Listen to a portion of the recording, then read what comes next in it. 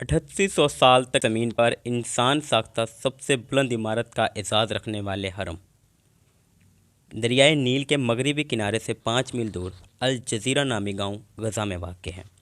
खौफों को तारीख का हिस्सा बने 5000 साल गुजर चुके हैं। वो मशहूर फ़िरौन था। उसका दौर हुकूमत 2900 से लेकर 2875 कबल अज़ मसीह था।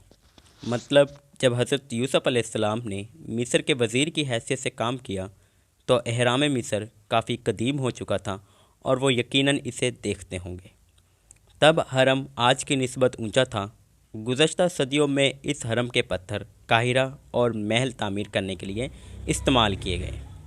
माजी में हरम की ऊंचाई 481 फुट थी और अब इसकी बुलंदी 455 फुट है। इसके निचले सिरे की चौड़ाई एक कोने से दूसरे कोने तक 54 फुट है। इसका रकबा 12.5 एकड़ है।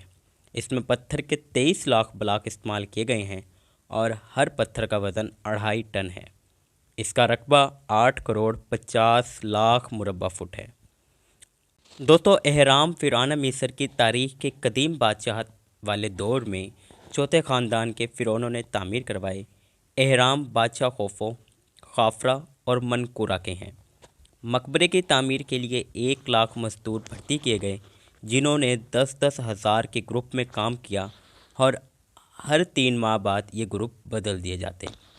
पत्थर जिन सीढ़ियों से ऊपर ले जाए गए वो 10 साल में बनी।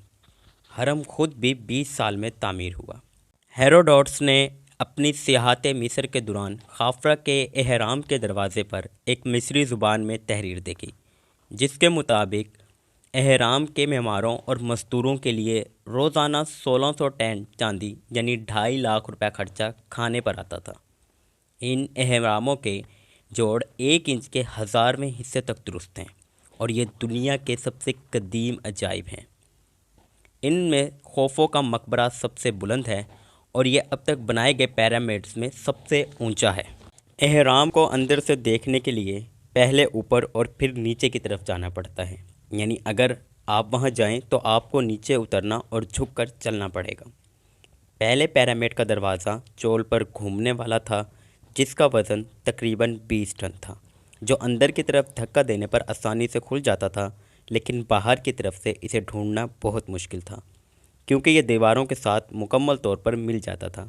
ऐसे दरवाजे 2 और पिरामिड यानी खोफो के बाप और खोफो के दादा के पिरामिड में भी थे।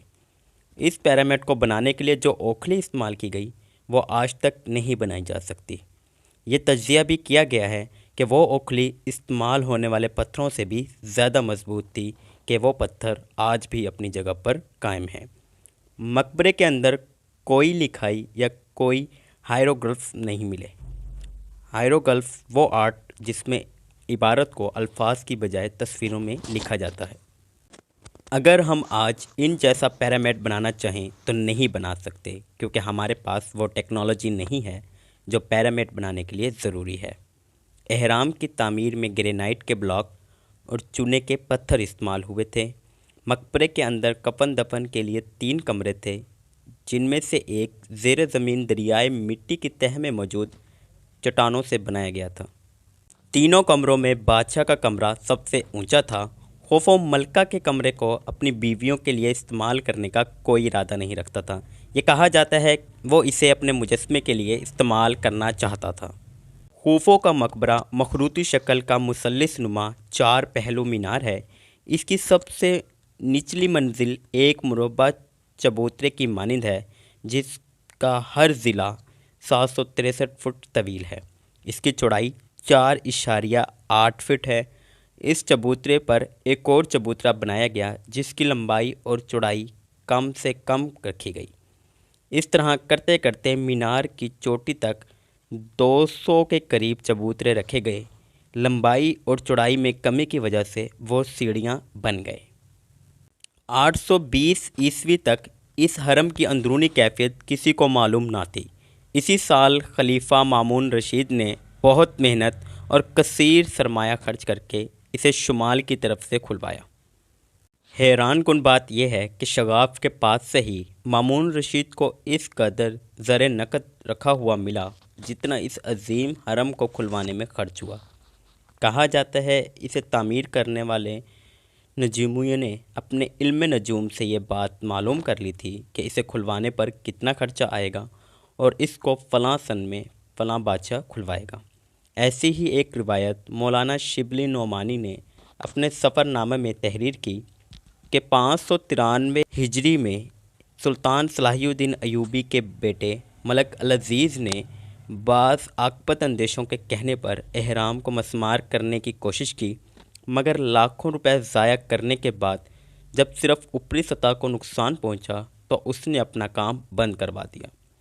ماہرین کے اندازے کے مطابق صرف بڑے حرم کے پتھروں سے سارے فرانس کے گرد 3 فٹ اونچی اور 1 فٹ چوڑی دیوار بنائی جا سکتی ہے۔ ایسی مزید ویڈیوز کے لیے ہمارے چینل کو سبسکرائب کر دیں، بیل آئیکن کلک کر دیں تاکہ آنے والی ویڈیوز آپ کو بلا تاخیر ملتی رہے۔ اپنا بہت زیادہ خیال رکھیں۔ اللہ حافظ۔